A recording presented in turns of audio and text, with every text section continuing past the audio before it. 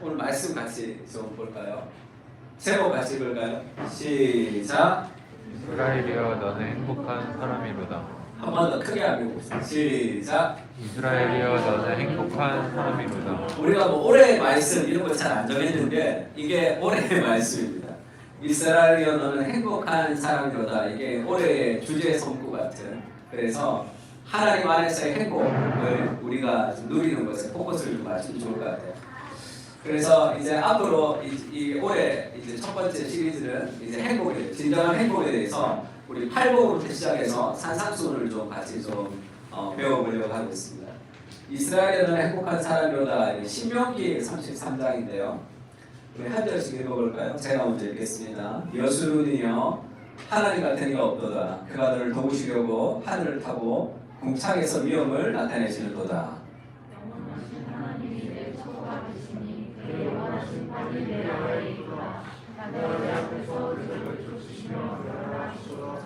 이스라엘 안전히 거하며 야곱의 샘은 곡식과 새 포도주의 땅에 홀로 있나니 곧 그의 하늘이 이슬을 내리는 곳에로다. 이스라엘이여 너는 행복한 사람이로다. 여호와의 구원을 너같이 얻은 백성이 누구냐? 그는 너를 돕는 방패시오 내 영광의 칼이시로다. 내 대적이 내게 복종하리니 내가 그들의 높은 곳을 밟으리로다. 29절에 보면 이스라엘이여 너는 행복한 사람이로다 하는 거죠. 여호와의 구원을 너같이 얻은 백성이 누구냐? 여기까지만 한번 읽어볼까요? 29절 이스라엘이여 시작. 이스라엘이여 너는 행복한 사람이로다. 여호와의 구원을 너같이 얻은 백성이 누구냐? 요거를 계속 외우고 이제 올해를 시작하면 좋을 것 같습니다. 그 다음에 우리 마태복음 5장 1절에 3절인데 같이 읽을까요? 짧으니까 시작. 예수께서 우리를 보시고 산에 올라가 앉으시니 제자들이 나오는지라 입을 열어 가르치시되 심령이 가난한 자는 복이 있나니 천국이 그들의 것이며. 아멘. 우리 새해니까 인사 한번 하고 새해 복 많이 받으십시오 한번 인사합시다.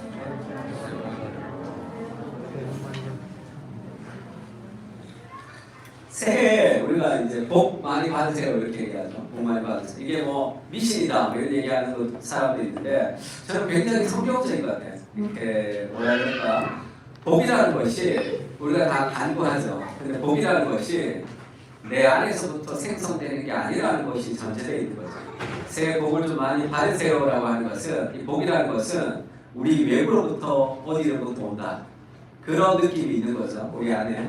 그래서 사전을 찾아보면 복이라는 단어가 삶에서 누리는 좋고 만족할 만한 행운 이렇게 되어 있습니다.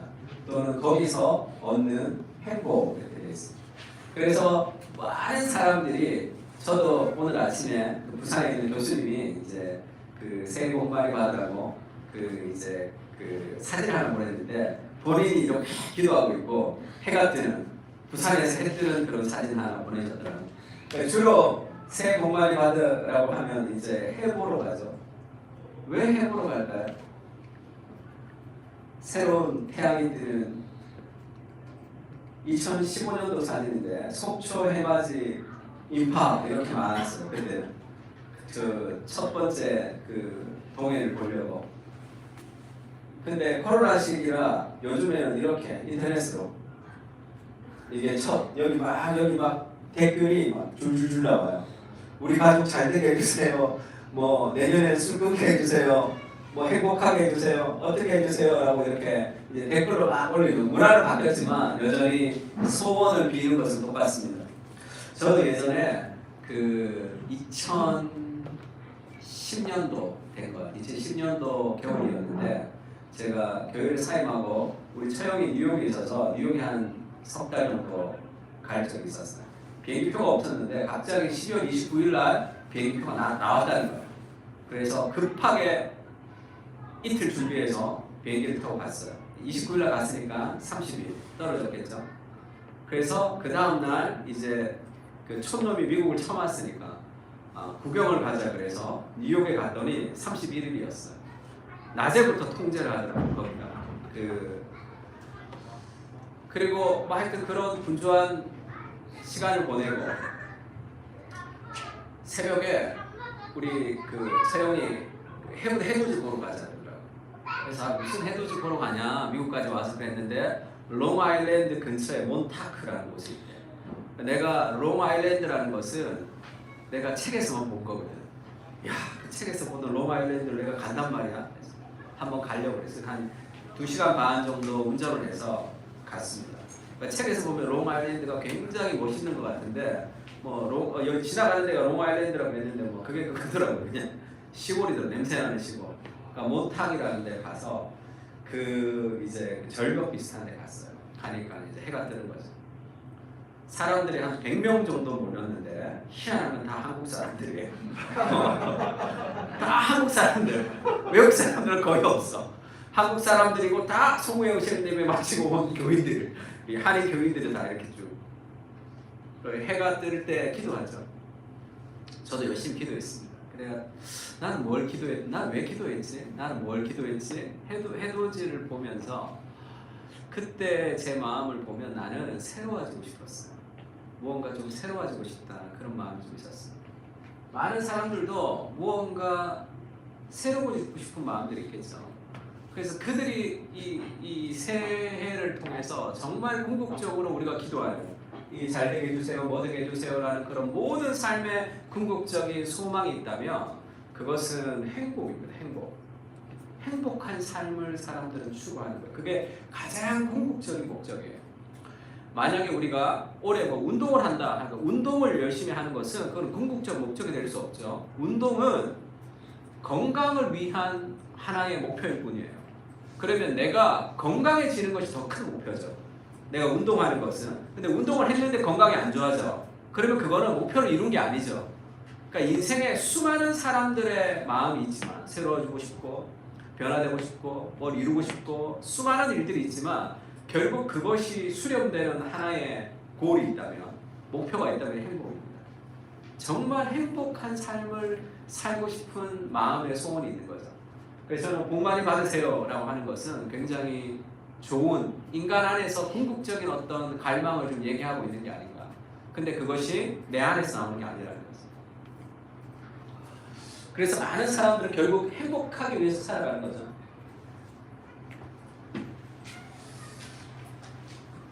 법륜 스님의 행복이라는 책이 있습니다. 스님, 행복은 어디서 옵니까? 이렇게 얘기할 때 스님이 행복을 이렇게 얘기하시더라고요. 온전한 행복의 길로 들어서기 위해서는 이제부터라도 내가 내 삶의 주인이자 이 세상의 주인으로서 내 행복을 누가 가져다 주는 것이 아니라 내가 만든다는 생각으로 살면 좋겠습니다. 그러니까 많은 사람들이 행복해지기 위해서 어떻게 해야 되는가 했을 때 행복이라는 것이 내 마음에 달려있다. 내가 삶의 주체가 되어서 내 삶의 주인이 되어서 내가 마음가짐을 바꾸면 행복해질 수 있다 이렇게 얘기하기도 합니다. 어느 정도는 맞는 이야기죠. 그 다음에 웨인 다이어가 쓴 유명한 책이 있죠. 행복한 이기주의자라는 책이 있습니다. 이거는 지금 그 표지가 이건 에디션판으로 좀 바뀐 표지인데 결국 여기도 뭐를 얘기해요. 나의 가치는 내가 결정한다. 그 행복한 이기주의자 할 때 왜 행복한과 이기주의자가 붙어 있냐는 거죠.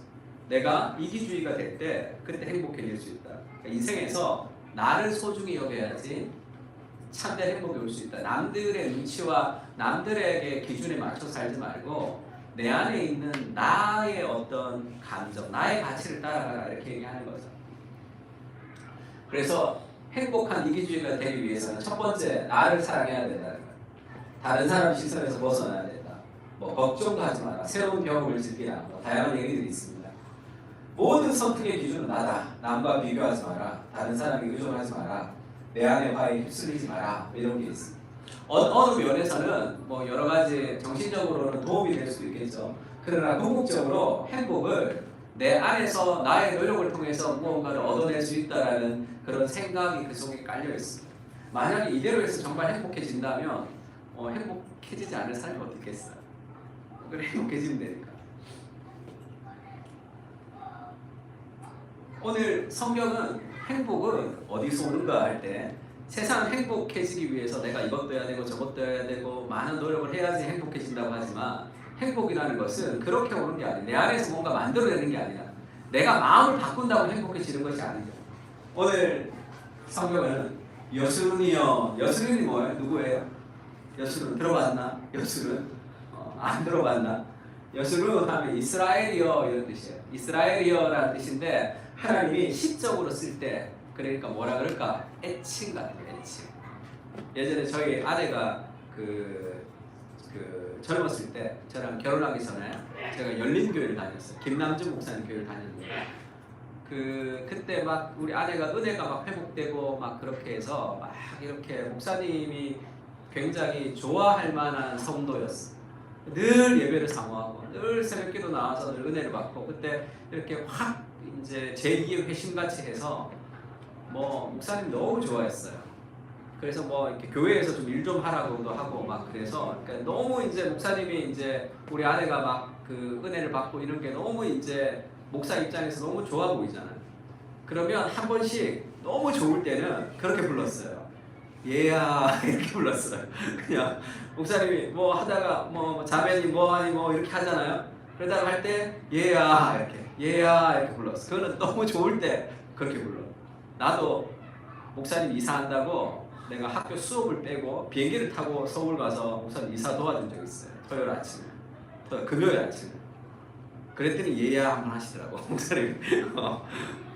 얘야 내가 그러면 좋아할 줄 알아? 이러면서 여스룬이여 이러면 하나님이 너무 사랑스러운 이스라엘을 부르는 애칭 같은 거예요. 애기야 이렇게. 우리 애기, 그 아이들 어떻게 불러요? 우리 베이비야 뭐 이렇게 안 불러요? 그렇게 부르죠. 애기들 이렇게. 여스룬이여 이렇게 불렀어요.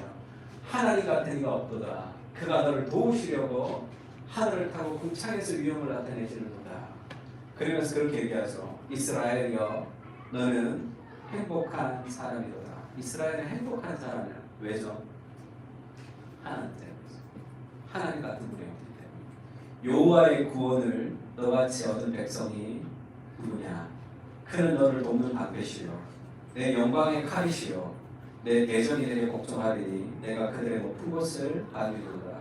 그러니까 이스라엘이 행복한 이유는 이스라엘의 무엇 때문이 아니라 이스라엘과 함께 하시는 하나님의 신실하심입니다. 하나님으로 인해서 이스라엘이 행복하다. 그러니까 그 행복이 빼앗길 수 없는 행복이죠. 그러니까 정말 인생의 참된 행복을 누리고 싶으면 여기서부터 뭔가를 시작해서는 안 돼요. 마음을 바꾸고 뭐를 새롭게 하고 결단하고 이것이 아니라 저기서부터 시작해요. 인간 안에는 소망이 없다는 것을 알아요. 그래서 하나님이 우리에게 주시는 거기서부터 행복이 시작돼요. 그걸 받는 것. 존 스토트 목사님이 팔복에 대해서 설명하면서 그런 표현을 했어요. 팔복도 심령이 가난한 자는 복이 있나니 이렇게 시작하지만 원래는 그렇게 이제 헬라어 성경을 그대로 보면 복이 있도다 이렇게 시작돼요. 시편 1편도 똑같죠. 시편 1편 복 있는 사람은 이렇게 시작할 때 그때도 복이 있도다. 이 사람은 복되도다 이러고 시작해요. 행복이라고 하면 주로 주관적인 상태를 생각하죠. 내 상태, 사람들이. 그러나 예수님은 객관적인 판단을 하고 계시는 거예요. 예수님은 그들이 어떻게 느낄지, 그들이 행복하게 느낄지가 아니라 하나님이 그들을 어떻게 생각하시며 그 때문에 그들이 어떤 사람들인지를 선포하고 있는 거죠. 그들은 복이 있다는 것이다. 이것은 선포예요. 내가 행복하다 안 행복하다 느끼는 감정의 상태가 아니라 그것이 행복이 아니라 너는 복이 있다 라는 선포. 그것이 진정한 복의 시작이죠. 그래서 객관적으로 예수님이 판단하는 거예요. 너는 복되도다 이렇게. 네가 복이다. 내가 지금 복이 없어. 뭔가 복을 막 끌고 와야 되는 것이 아니라 너가 복되다는 거지. 왜냐하면 복의 근원이 되시는 하나님이 너와 늘 함께하고 있고 그것을 누릴 수 있으니까 그 상태. 그러면 지금 우리가 정말 행복을 누리려면 어떻게 해야 되냐면 내가 가지고 있는 복된 상태에 대한 눈이 열리는 거죠. 무언가 없는 나의 부족한 상태에서 복을 막 끌고 와야 되는 것이 아니라 하나님의 나라가 시작하는 창세기 12장 1절 2절도 마찬가지입니다. 같이 읽을까요? 여호와께서 시작. 여호와께서 아브라함에게 이르시되 너는 너의 고향과 친척과 아버지의 집을 떠나 내가 내게 보여줄 땅으로 가라. 내가 너로 큰 민족을 이루고 내게 복을 주어 내 이름을 창대하게 하리니 너는 복이 될지라. 복을 많이 받아라 이렇게 얘기하지 않죠. 너가 복이 된다는 거예요. 네가 복이다 이렇게 얘기하는 거예요. 예전의 번역에는 복의 근원이 될 것이다 이렇게 얘기했죠. 내가 복이다 이렇게. 왜 이 아브라함이 복이죠? 내가 너에게 복을 준다. 아브라함에게 너는 고향 친척 아버지를 따라서 내가 보여줄 땅으로 가라. 내가 너를 큰 민족을 이루고 너에게 복을 주어서 네가 복이 될 것이다. 너를 만나는 모든 사람들은 그 복이 흘러가게 될 것이다. 이렇게 마이너스의 손같이 우리가 잡으면 황금이 되는 어떤 그런 존재가 되는, 내 자체가 복이 되는, 그렇게 하나님이 너에게 복을 줄 것이다 이렇게 해요. 이 복은 뭐예요? 하나님 그분 자신을 우리에게 주시고, 그래서 여기도 네가 복이 될 것이다 이렇게 얘기하죠. 내가 I will bless you. 내가 너에게 복을 주고 내가 너를 축복할 것이다. 그래서 그 우리가 생각하는 행복과 성경이 말하는 복은 완전히 다르죠. 완전히 다르고, 그것을 누릴 때 우리가 정말 참된 행복을 누리면서 살아갈 수 있는 거죠. 산상수훈은 예수님이 이제 그 첫 사역에 마태복음에서는 예수님의 공생의 어떤 시작을 산상수훈으로 시작한다고 봐도 과언이 아닐 정도로 그렇게 시작합니다. 왜 산상이죠? 산상수훈. 수훈이 뭐야? 수훈? 수훈이 있나 친구? 수훈이 없어요? 수훈이 뭐야? 수훈. 이 교훈을 이렇게 전달해 주는 걸 수훈이라고 그러죠. 그러니까 산 위에서 예수님께서 어떤 교훈을 전달해 준다는 거예요. 왜 산 위에서 전달할까요? 하필? 왜 산 위에서 전달해야 될까? 이 산은 굉장히 중요한 의미가 담겨져 있습니다. 모세가 시내산에서 율법을 받죠. 그 율법은 이스라엘이 지키지 못하죠. 결국 모세가 시내산에서 율법을 받았던 그 율법에 진정한 율법의 완성자가 되시는 그리스도가 그 율법을 지금 완성하고 계신다는 느낌이 든 거죠. 그래서 마태복음은 5가지의 예수님의 설교로 구성되어 있습니다. 이것을 마치시니, 이 설교를 마치시니 이렇게 5가지 설교로 구성되어 있어요. 그럼 뭐와 연결돼서 보면 제일 좋을까요? 모세오경과 연결돼서 보면 굉장히 맞는 그런 유대인들을 위해서 어떻게 쓴 귀한 책입니다. 그 산 위에서 모세는 하나님으로부터 산에서 받았지만 지금 그 율법의 창시자가 되시는 예수 그리스도께서 그 율법을 지금 완성하며 선포하고 있는 거예요. 그래서 산 위에서 예수님이 선포하십니다. 첫 번째가 8가지의 복을 선포하십니다. 근데 그 복은 어떻게 보면 복이 아니야. 심령이 가난한 자는 복이 있나니 애통하는 자는 복이 있나니. 그 뭐가 복이야? 우리가 생각하기에는 전혀 복이 아닌 것 같은 그런 복을 우리에게 보여주는 거죠. 그 참된 복. 그리고 우리가 잘못 생각하고 있는 잘못된 행복에 대한 생각들을 바꿔주시죠. 그래서 이 산상수훈에는 너희가 이렇게 들었으나 나는 너희에게 이렇게 말하노니 라는 그런 안티테자라고 그러죠. 그런 구절이 많이 나옵니다. 그 생각들을 바꿔주는 거죠. 문화적인 내러티브를 예수님이 바꿔주시죠. 참된 진리로. 그래서 예수께서 무리를 보시고 산에 올라가 앉으시니, 이거 선포하는 거예요. 산에 올라가 앉는다는 것은. 제자들이 나왔습니다. 입을 열어 가르쳐 이르시되. 그러니까 지금 모세가 율법을 받은 것 같은 어마어마한 메시지가 지금 선포되는 거죠. 복이 있도다. 심령이 가난한 자는 천국이 그들의 것이다. 이렇게 시작한다. 그래서 이 산상수, 이 8복을 우리가 좀 어떻게 봐야 될 것인가 할 때 이것을 윤리적 가르침이라고 보는 한 부류들이 있었어요. 잘못된 거예요. 특히 간디 같은 사람은 모든 종교의 다이아, 힌두교 간디를 왜 성경에 감동했나. 그래서 이 간디가 힌두교 신자였던 간디가 성경에 담긴 예수의 산상수훈에 대해 종교 중에 종교다 이렇게 얘기했습니다.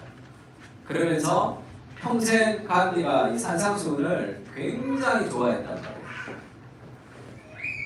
그러면 간디는 이거를 왜 그렇게 좋아했을까요? 종교 중에 종교라고. 산상수훈을 윤리적 가르침으로 생각했던 거예요. 그러면 심령이 가난해지기 위해서 노력하고 애통해지기 위해서 노력하고 인간이 도달해야 될 윤리적 목표로 산상수훈을 둔 거죠. 슈바이처도 마찬가지입니다. 우리가 그 의사로 유명했던 슈바이처가 의사이지만 신학자예요. 목사입니다. 목사. 슈바이처도 예수님을 어떤 도덕의 모델로 그리죠. 그러니까 산상수훈은 우리가 도달해야 될 윤리적 모델로 생각하면 어떻게 돼요? 그래도 늘 실패밖에 안 되겠죠.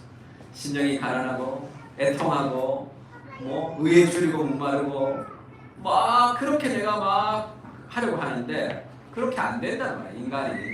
산상수훈은 윤리적 모델이 아니에요. 그것을 지켜야 될 윤리적 모델이라고 생각하면 그것은 복음을 완전히 오해하게 되는 거죠. 그래서 마틴 로이드 존스 목사님이 산상수훈에 대해서 한마디로 요약했어요. 예수 그리스도는 우리를 산상설교를 통해 구원하신 것이 아니라 우리를 산상설교로부터 구원해 주셨다. 너무 좋은 말. 한번 따라해 볼까요? 예수님은 시작.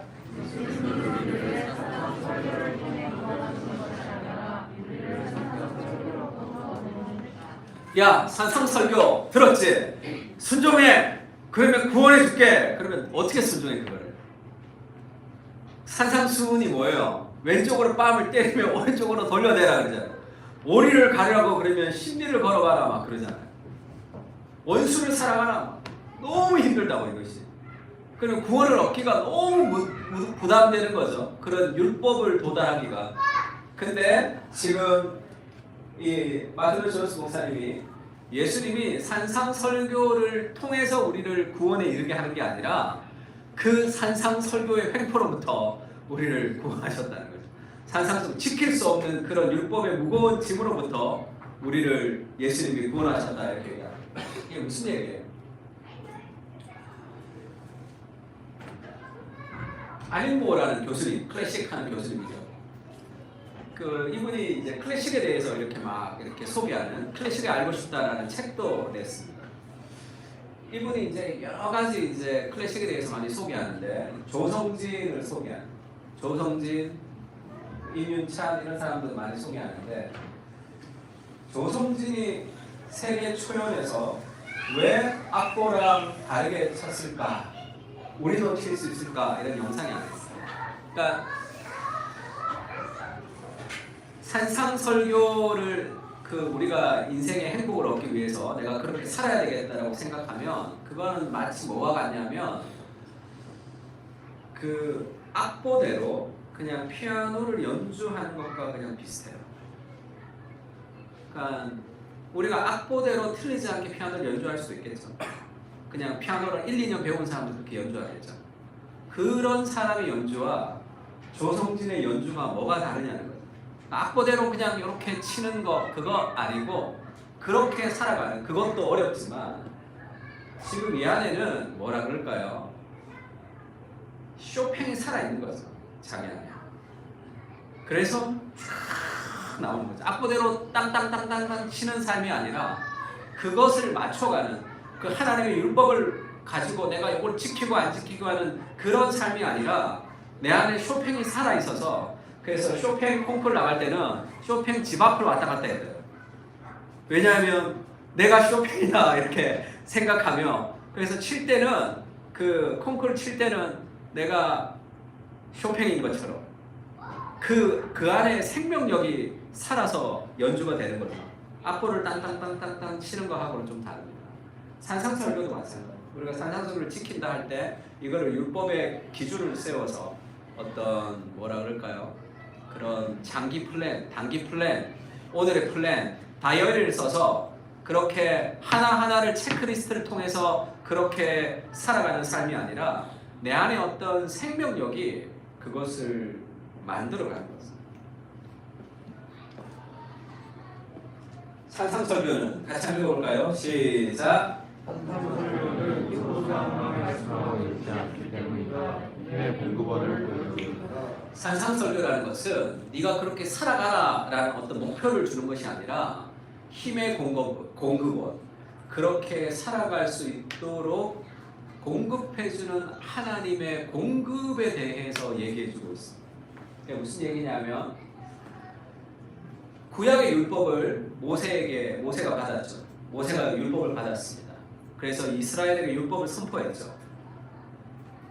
구원을 얻고 나서 율법이 있죠. 출애굽하고 나서 율법이 있습니다. 율법으로 구원을 얻는 게 아니에요. 율법을 얻고 나서 구원을 얻고 나서 율법을 주시고 그 율법대로 살지 못하기 때문에 성막을 만드는 거죠.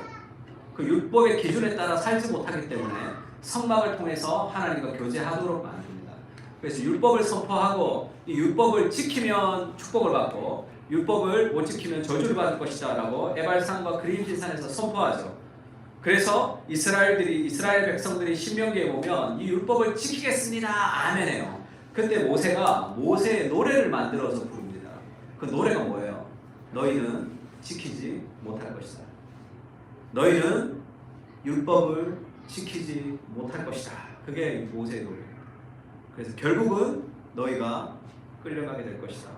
그런 예언을 하는 거죠.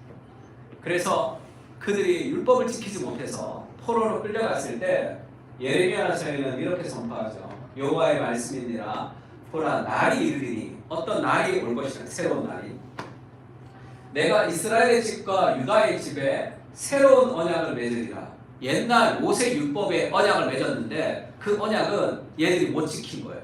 그래서 하나님이 새로운 언약을 맺겠다 이렇게 얘기하죠.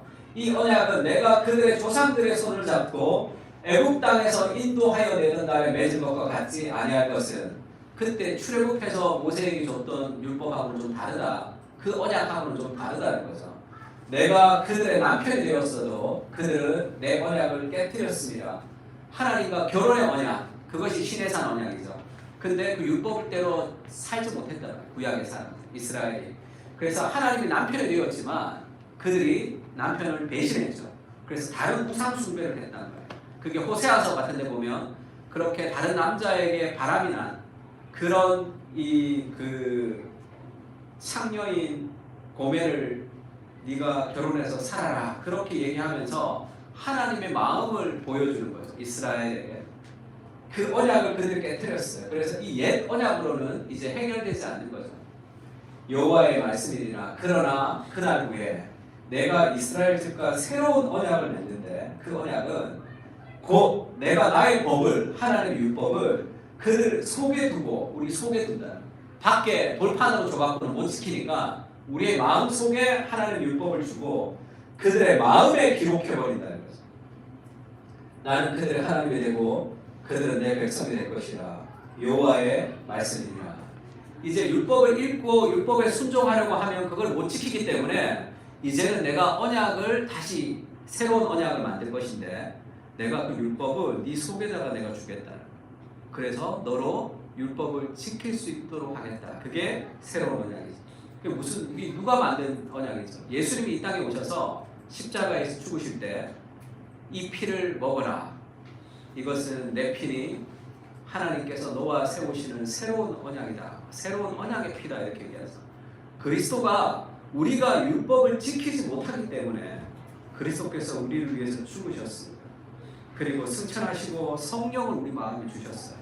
그 성령이 우리 마음에 계셔서 이제는 하나님의 말씀을 순종할 수 있는 사람으로 하나님이 만들어 주셨다는 거예요. 뭐로? 사랑.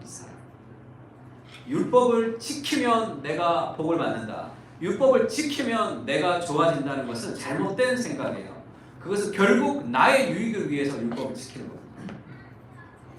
그것이 아니라 그리스도의 사랑의 반응으로서의 감사와 기쁨으로 율법을 지키는 사랑으로 순종할 때 그것이 우리가 기쁘고 즐겁게 순종할 수 있는 거죠. 그 방식을 택하는 거죠. 예수님이. 그래서 우리가 아까 찬양할 때도 그런 가사가 있죠. 하나님이 만드신 세상이 타락을 해서 그들을 구원하기 위해서 예수님이 오셨어요. 그 고통 속에서도 주의 뜻 기억하사 그 고통 속에서도 주님의 뜻을 기억하사 길을 잃은 우리 위에 십자가를 지셨네. 길을 잃은 우리를 위해서 예수님이 죽으셨다. 그래서 우리가 그리스도의 사랑을 아는 거죠. 나를 위해서 희생하셨다. 그 은혜가 우리로 하나님의 말씀을 지킬 수 있는 삶의 동력을 만들어낸다. 그런 시대를 만든 거죠. 그래서 고린도후서 5장 14절에 이렇게 얘기합니다. 같이 읽어볼까요? 그리스도의 시작. 그리스도의 사랑이 우리를 강건하셨습니다. 우리가 생각하건대 한 사람이 모든 사람을 대신하여 그 사람이 죽은 것입니다. 주님, 내가 새로워지고 싶습니다. 내가 정말 행복을 누리고 싶습니다. 할 때 우리가 포커스를 둬야 될 것은 여기가 아니에요. 하나님, 그리스도의 사랑이 우리를 강권하시는구나. 이게 어떤 영어 성경에는 compel, 우리를 굉장히 강하게 강조한다고 얘기하고, 오늘 이 ESV에서는 그리스도의 사랑이 controls us, 우리를 컨트롤한다. 그리스도의 사랑이 우리를 인도한다. 그래서 사랑이 우리를 막 이끌어가는 거죠. 그 사랑이 우리를 이끌어갈 수 있도록, 정말 내 인생이 좀 새로워지고 싶어, 참된 행복을 누리고 싶어. 그러면 그리스도의 사랑을 느끼고 그리스도의 사랑을 깨달을 수 있는 곳으로 내 삶을 헌신하는 것이 필요합니다.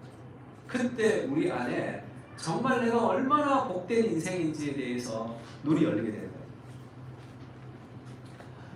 그래서 팔복을 이제 앞으로 배울 텐데, 팔복은 8가지의 복이 아니에요. 나는 온유한데 애통이 없어, 그렇지가 않고, 이것은 하나의 열매입니다. 다 연결되어 있어요. 다 연결되어 있는 삶의 열매입니다. 우리가 성령의 열매 할 때도 성령의 열매는 사랑과 희락과 화평과 오래 참과 자비와 양성과 충성과 온유와 절제니 이 같은 것을 금지할 법이 없다 할 때, 이때 성령의 열매도 나는 사랑은 있는데 희락이 없어, 이렇게 되는 게 아니고, 성령의 열매가 단수예요. 단수. 그러니까 포도가 하나 열렸는데 일단 포도송이 같은 거예요. 그러니까 지금 이 성령의 열매라는 것은 지금 이 9가지가 어떤 하나의 요소가 아니라 그리스도의 인격을 얘기합니다.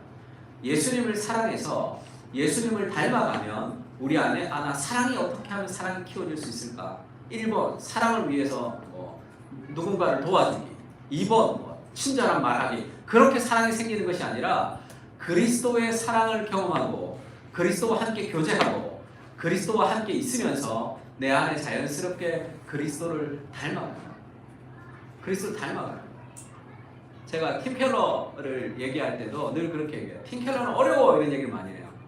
팀 켈러는 어렵고 한국적으로 자꾸 적용을 해야 돼, 자꾸 그렇게 얘기합니다. 그러니까 팀 켈러의 책이 이제 그 미국식이라 좀 어렵다는 거죠. 그 말도 맞아요. 그 말도 맞은데 제가 늘 하는 얘기가 있습니다. 그게 어려우니까 한국식으로 어떻게 적용해야지 자꾸 그 생각하지 말고 그거를 그대로 받으라. 내가 팀 켈러가 무슨 얘기를 했는지를 그대로 잘 읽으면,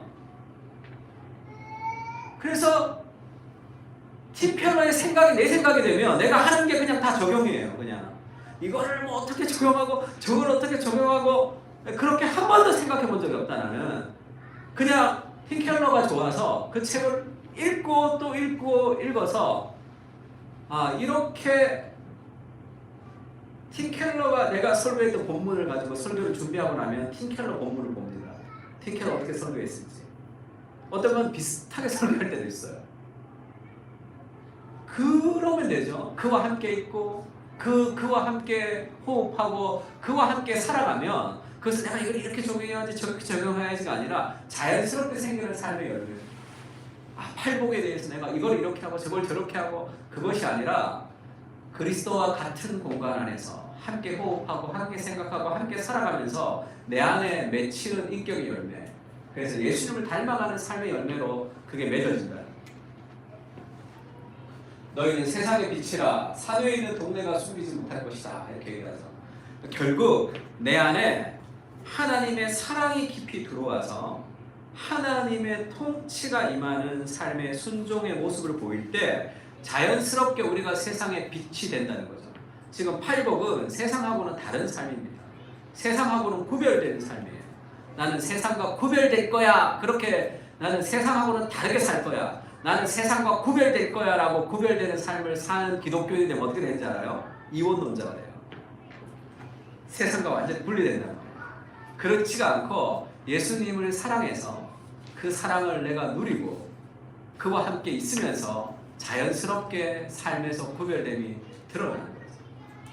나랑 다 똑같은데 그 삶에서 구별됨이 드러나는 삶, 그것이 예수님이 원하시는 삶입니다. 부흥은 2가지가 있어요. 어떤 사람이 부흥이라고 할 때 그 부흥은 영적으로 하늘에서 뭐가 떨어져야 된다고 생각하는 사람이 있어요. 기도하면 뭐가 막 떨어져야 돼. 그런 부흥은 건강하지 못해요. 그리고 그것은 온전한 방식이 아닙니다. 그러니까 그럴 때도 있죠. 하나님이 강력하게 역사하실 때도 있어요. 가다가 막 이렇게 막 전기 맞는 것 같은 그렇게 할 때도 있어요. 그러나 그것이 참된 변화를 완벽하게 이루어낼 수는 없어요. 그렇지는 않습니다. 건강한 부흥이라는 것은 일상적인 삶의 과정, 주일 예배, 말씀, 소그룹, 일상적인 삶의 과정 속에서 성령께서 강하게 역사하실 때 그때 복음 부흥이 되는 거예요. 삶 속에서 일상을 벗어난 특별한 은혜도 필요하지만 그 자체가 우리의 일상을 전부를 바꾸어 놓지는 않습니다. 그래서 기도원에서 불받은 깡패하다가 불받은 목사님 계세요. 완전히 뜨거워. 설교도 얼마나 은혜로운지 몰라. 화나면 예전에는 잿더리를 던졌는데 지금 전화기를 던져요. 부목사들한테. 화나면 전화기를 던진다.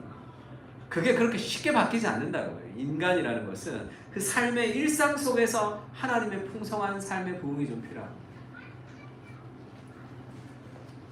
하나님의 통치. 골로새서 1장에 보면 그런 말씀이죠. 그가 우리를 흑암의 권세에서 건져내서 그의 사랑의 아들의 나라로 옮기셨다. 그러니까 우리가 생각했던 삶의 어떤 행복, 우리가 생각했던 삶의 어떤 무엇을 살다가 하나님이 거기서 우리를 건져서 하나님의 아들의 사랑의 나라로 우리를 옮기셨어요. 그러니까 그 통치를 받아야 되는 거예요. 그 하나님의 말씀의 통치를 받아야 되는 거죠. 이제 우리가 구원받은 하나님의 백성으로 그 말씀의 통치를 받아야 되는데 그 말씀을 내가 지켜서 내가 조금 더 거룩하게 지켜서 내가 조금 더 좋은 사람이 되고 싶다고 하면 다 실패합니다. 그것이 아니라 그리스도가 나를 위해서 행하시는 그 사랑을 기억하면서 사랑 안에서 기쁨 가운데 순종할 수 있는 그 단계로 하나님이 만들어 주시는 거죠. 그래서 복되다 얘기하는 거죠. 우리가 복된 이유는 그리스도가 우리를 위해서 죽으셨기 때문에 그런 거예요. 그리스도를 통해서 우리가 복된 존재가 되었다는 것을 기억할 필요가 있습니다. 그래서 그 하나님의 통치 안에 내가 있고 싶은 거예요. 하나님의 말씀 아래 내가 있고 싶은, 하나님의 말씀대로 살아드리고 싶은 그런 사랑에 보답하고 싶은 삶의 마음이 생기는 거죠. 그때 팔복이 우리 안에 조금씩 이루어지는 거예요. 애통해야지, 내가 한쪽 뺨 떼면 돌려대야지, 그런 노력이 아니라, 그래서 하나님의 통치가 임하는 것, 그것이 참된 행복이라면, 잘못된 행복이라는 것은 자기 자신이 통치하는 거예요. 정유정 씨가 쓴 소설 중에 완전한 행복이라는 책이 있습니다. 아주 거의 요즘 대세 작가예요. 제가 이 책 읽다가 중간에 포기했어요. 별로 추천하고 싶은 책은 아니에요. 이분이 간호사 하다가 이제 그 책을 쓰고 싶어서 소설가로 데뷔를 했는데 여러 가지로 좀 잘 안 됐어요. 그래서 이런 책은 그런 마음이 있습니다. 어떻게 하면 익힐 수 있을까? 어떻게 하면 많은 사람이 읽을 수 있는 베스트셀러를 쓸 수 있을까라는 사고를 가지고 썼기 때문에 굉장히 잔혹해요. 그래서 사람들이 몰입해서 읽기 좋겠죠. 왜냐하면 그런 감정을 자극하니까. 오징어 게임도 마찬가지고 그것이 예술의 한 분야 중에 하나인데 사람들이 아주 잘못되었다는 것을 깨닫게 해주기 위해서 그 잘못된 것을 극단적으로 보여주는 거죠. 잘못된 걸 극단적으로 보여줘서 그 잘못된 것을 깨닫게 하는 그런 예술의 한 기법이 있었습니다. 그것은 이미 포기된 기법이에요. 왜냐하면 그 과정에서 드러난 잔혹성이 우리를 더 좋게 하지 못하게 되는 거죠. 음란물은 나빠. 그래서 그걸 알고 그걸 계속 보면 우리가 거기서 영향을 받지 않습니까? 인간은 그런 존재가 아니에요. 그것을 그렇게 잔인한 것들을 자꾸 드러내야지만 자극을 받는, 더 큰 자극에 영향을 받는 시대가 되는 거죠. 굉장히 책을 자극적으로 줬습니다. 그러니까 책을 잡으면 놓을 수가 없을 정도로 사람을 몰입시키죠. 그래서 완전한 행복이 뭐냐면 결국은 이런 표현이 있어요. 행복은 덧셈이 아니다. 행복은 뺄셈이야. 완전해질 때까지 불행의 가능성을 없애는 것이 행복이다. 이렇게 이 주인공이 생각해요. 그래서 사람 다 죽입니다. 남편 죽이고 자기 연애했던 사람들 다 죽이고 그거를 교묘하게 자기가 안 죽인 것처럼 죽이는. 그러니까 정말 아주 섬뜩하게. 중간에 제가 읽다가 포기했어요. 목사님이 굉장히 추천을 많이 해서 이 시대의 작가 정유정을 목사님이 안 읽으면 안 된다 그래서 읽었는데 읽다가 도저히 못 읽겠어요. 내 정서에 너무 상처가 많아요. 그러면서 작가가 그렇게 얘기해요. 우리는 타인의 행복에도 책임이 있다. 무슨 얘기냐면 이 나르시스트, 그러니까 나르시스트라고 얘기하는 것도 작가가 저는 속인다고 생각하는데 사이코패스예요. 그냥 사이코패스 하면은 동떨어져 있으니까 나르시스트라고 이제 주장해서 자기의 행복을 너무 추구하는 바람에 남들을 불행하게 만들면서 자기의 행복을 추구했는데 그것이 결국은 아무도 행복하게 하지 못한다라는 것을 이제 깨닫게 해주고 싶은 거예요. 정유호 작가가 그런 얘기 한번 하더라고요. 그러니까 전문가들이 얘기할 때 전문가들은 한 분야의 전문가면 모든 분야의 전문가가 아니죠. 그러니까 우리도 그걸 조심해야 되는데 특히 목회자들도 그걸 조심해야 되는데 그러니까 한 분야의 전문가는 내가 모든 것을 알고 있는 것처럼 너무 자신 있게 얘기할 때가 있어요. 예, 그런 얘기를 인터뷰하는 게 들었습니다. 인간은 행복을 위해서 존재하는 사람들이 아니다. 그걸 어떻게 그렇게 단정할 수 있을지 내가 너무 놀랐어요. 그렇게 생각한다도 아니고 인간은 행복을 위해서 그렇게 행복을 목표로 하는 존재가 아닙니다. 이렇게 단정하더라고요. 왜? 인간은 행복을 위해서 진화된 존재가 아니라 생존을 위해서 진화된 존재이기 때문에 행복이 목표로 두는 것은 잘못됐다. 그래서 행복을 목표로 두는 것 자체가 그것이 뭔가 건강하지 못하다는 것을 소설을 통해서 알려주는 거죠. 어쨌든 이 소설을 통해서 나의 행복을 추구하는 것이 얼마나 건강하지 못한 것인가는 깨닫게 해줍니다. 잘 생각해 보세요. 다 내 행복을 추구해. 그러면 사회는 망하게 돼 있어요. 누구도 희생하지 않는다면 다 각자 자기의 행복이라는 것을 추구하면 사회는 무너지게 되어 있습니다. 그거는 말이 되지 않는 거예요. 그러나 우리는 그런 사회 속에 살고 있죠. 각자의 행복을 각자가 추구하도록 살도록 만들어가는 거예요. 그것이 가장 건강한 방식이라고 만들어요. 행복은 거기 있지 않습니다. 거기 있죠. 그래서 이 소설이 주는 하나의 중요한 일반론적 교훈이 있다면 개인의 행복을 추구하는 것은 결국 모두를 망하게 한다라는 것을 아주 극단적인 방식으로 보여주는 거죠. 그래서 완전한 행복이라는 건 존재하지 않아요. 불행을 제거해가. 또 이렇게 얘기하면 또 앞에 소개했던 수많은 책이 있지만 이 책만 보고 싶어하는 그런 눈빛들이 있는데 뭐 봐도 괜찮습니다. 아주 뭐 베스트셀러지만 이런 시대를 우리가 살아가고 있구나라는 걸 좀 볼 수 있어요. 자기의 행복을 추구하는 삶, 하나님의 통치가 임하는 삶이 참된 행복이라면 하나님과의 관계성 안에서 이제 우리 앞으로 그걸 배워갈 겁니다. 그리고 우리가 힘든 게 뭐냐면 팔복처럼 살고 싶지 않은 거예요. 그러니까 다시 얘기하면 팔복이 정말 복이라는 것을 잘 누리지를 못하는 거예요. 그게 정말 행복인데 그게 아닌 다른 행복을 누리고 싶은 거죠. 그 행복은 결국 완전한 행복 같은 결론을 도달하게 되어 있습니다. 부자와 나사로의 비유에 보면 부자가 있었고 거지 나사로가 있었는데 부자는 천국에서 아브라함 품에 있고 부자는 지옥에 있고 이 거지 나사로는 아브라함 품에 있었죠. 그래서 이렇게 떨어져 있어서 이 부자가 내가 너무 물을 그쪽에서 물을 좀 찍어 달라 이렇게 얘기해요. 이 구렁이 있어서 우리가 건너갈 수 없다 이렇게 얘기하니까 그러면 나사로를 시켜서 우리 집에 가서 우리 형제들에게 이런 게 있다고 얘기해라. 그렇게 해달라 이렇게 얘기하니까 그 아브라함이 모세와 선지자로부터 듣지 못하면 죽은 자가 살아나도 그걸 듣지 않는다. 이런 어떤 비유의 모습이 들어가요. 여기서 이 비유에서 지옥이라는 삶의 현실을 굉장히 잘 보여주는데 부자는 이름이 없어요. 나사로는 이름이 있습니다. 부자는 부자라고만 나와 있어요. 그게 그의 정체성입니다. 돈을 열심히 벌기 위해서 살아가는 삶, 그게 그의 정체성입니다. 그리고 부자는 지옥에 있고 나사로는 천국에 있죠. 그런데 이 부자는 나를 여기서 빼내서 천국으로 보내주세요 이런 얘기 안 하죠. 거기서 와서 뭘 좀 찍어달라 이렇게 얘기를 하죠. 여기 힘든 것만 좀 해결해 주세요 이렇게 얘기해요. 거기서 오라 그러죠. 그리고 이 친구는 아직도 부자야. 그러니까 또 나사로를 보내. 나사로를 또 보내. 그러면 거기서 나사로 일로 보내가지고 물 한번 찍게 해주세요 이렇게 얘기해요. 지가 아직도 사장이야. 그 다음에는 우리 형제들한테 나사로 또 보내가지고 나사로 아직도 자기 종 같은 나사로 보내가지고 그걸 해주세요 이렇게 얘기하는 거죠. 예수님이 여기서 지옥의 본질을 얘기해 주는 거죠. 지옥의 본질은 뭡니까? 자기를 중심. 내가 나를 중심으로 살아가는 사람. 지옥은, 성경에서 말하는 지옥은 바깥 어두운 곳에서 슬피 울며 이를 갈미 있으리라. 이것은 왜 슬피 울며 이를 갈죠?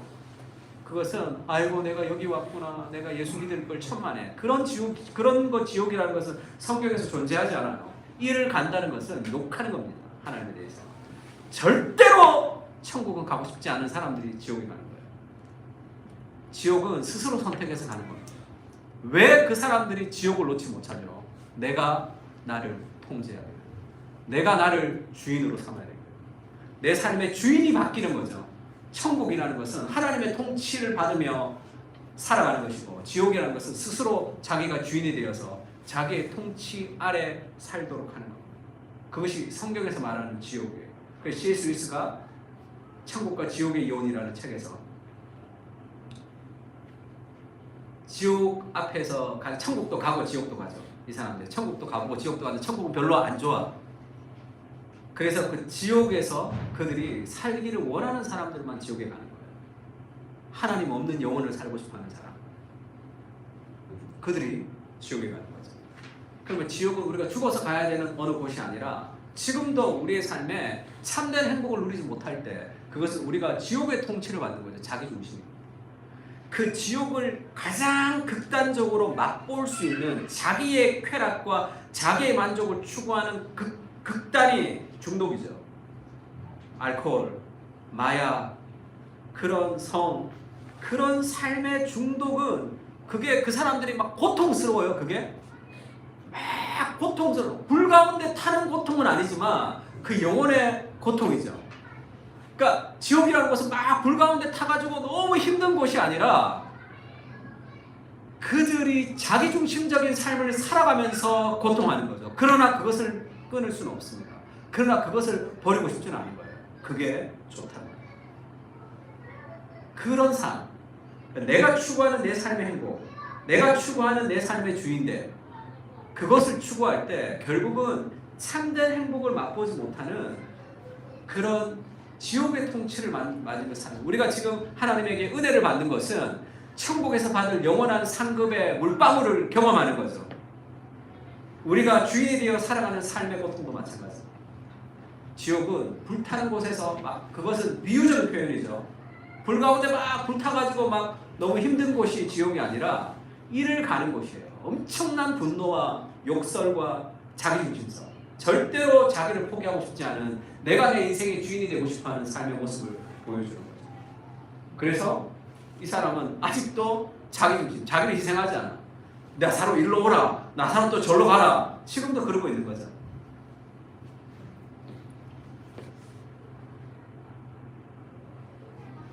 자기 통치의 삶.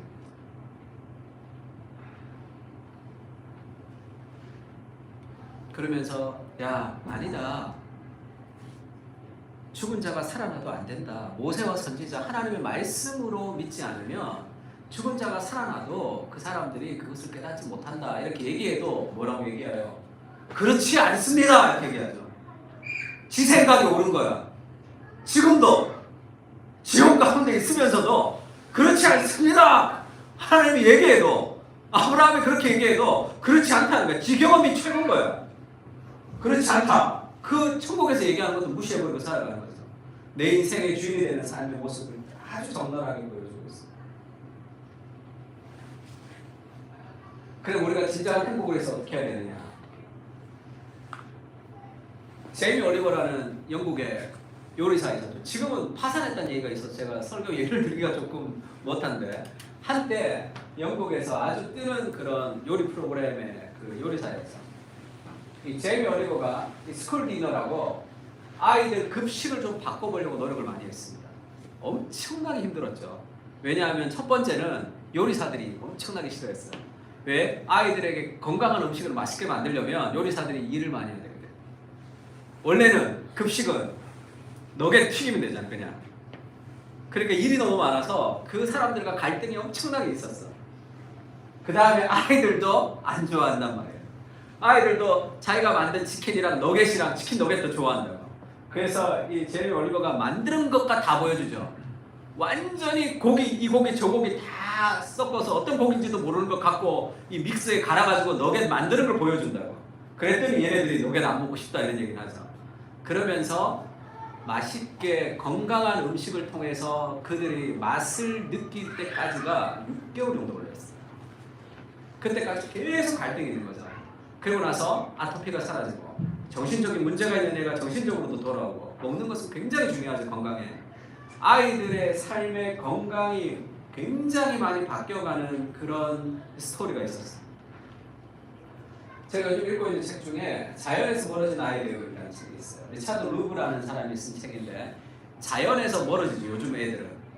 요즘 애들은 시간 있으면 뭐예요? 방에서 게임하죠. 자연에서 멀어진 아이들이 자연 결핍증 부분을 겪는데 이것이 아이들의 정서와 건강에 얼마나 심각한 문제가 있는지에 대한 데이터입니다. 자연으로 멀어진 자연 결핍증을 가진 사람들이 어떻게 되는지, 그리고 자연으로 함께 치유됐던 아이들이 얼마나 건강해지는지에 대한 데이터를 했던 연구를 했던 그런 책입니다. 마찬가지죠. 우리도 이 팔복에 대해서 우리가 정말 이것이 참된 행복이라고 느끼려면 우리 안에 이런 과정이 좀 필요해요.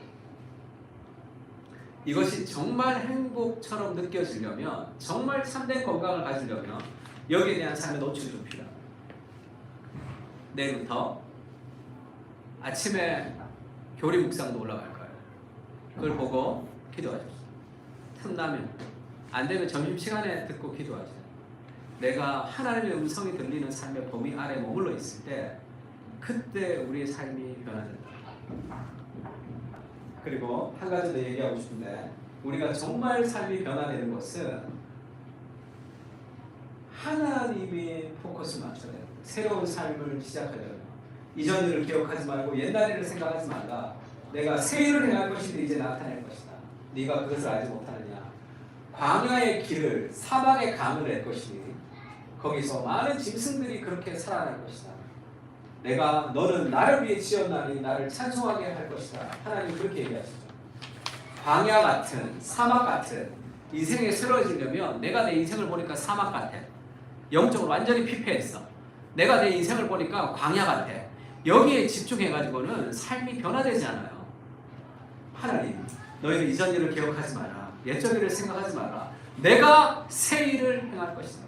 내가 네 인생에, 광야 같은 너의 인생에, 사막 같은 네 인생에 기적과 같은 일들을 내가 이루어 줄 것이다.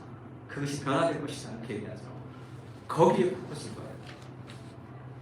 그러면 삶의 변화가 일어나요. 내 안에서 일어나는, 내 안에서 지금도 역사하시는 하나님의 역사를 기대해야 돼. 지금 나보다 더 힘센, 나보다 더 고집이 센 영원하신 하나님이 지금 내 안에 계시잖아. 근데 왜 내가 바뀌지 않을 것이라고 생각하는 거지? 제가 성경에서 참 좋아하는 구절인데, 만군의 여호와 열심히 이를 이루시리라. 구약에는 이것이 엄청나게 많습니다. 하나님이 열심히 그걸 이룬다는 거죠. 구약 성경을 한마디로 얘기하면 나는 너를 사랑한다. 이스라엘이 우리는 하나님을 사랑하지 않습니까? 그때 하나님이 네가 나를 사랑하지 않지만 나의 끝없는 사랑이 결국 너를 변화시킬 것이다. 그것이 신구약의 핵심이에요. 그래서 그리스도께서 우리에게 오신 거죠. 그것을 좀 신뢰할 필요가 있습니다. 내 안에 계신 하나님, 그 선하신 하나님이 결국은 우리의 삶을 아름답게 만들어 가실 것이고 우리를 변화시킬 것이고 영혼의 참된 행복으로 우리를 끌고 갈 것이라고 했어요. 하나님 우리를 포기하지 않습니다. 내가 아무리 고집이 있어도 사랑은 포기하지 않아요. 사랑은 반드시 우리를 그 자리로 이끌어갈 거예요. 그 삶의 신뢰를 가지고 내가 정말 인생의 참된 복, 인생의 참된 행복, 그것을 내가 누리면서 좀 살아갔으면 좋겠다라는 마음의 소원을 가지고 우리가 앞으로 계속 이 팔복에 대해서 좀 공부하면 좋을 것 같습니다. 제가 그 송영신예배 때 불렀던 찬양인데 가사가 너무 좋아서 제목을 같이 한번 불렀으면 해서, 이제는 우리 주 예수 그리스도 은혜와 하나님 아버지의 무한하신 사랑과 성령님의 교통하시는 은사가 끝없는 반응에도 불구하고 주님의 선하심과 신실하심으로 우리를 추적하시는 압도하는 사랑으로 우리를 찾아오시는 그 그리스도의 사랑을 기억하며 누리며 맛보고 참된 행복을 알아가기를 원하는 사랑하는 그 사랑 교인들 모두 위해 이제부터 영원까지 함께 하실지어다.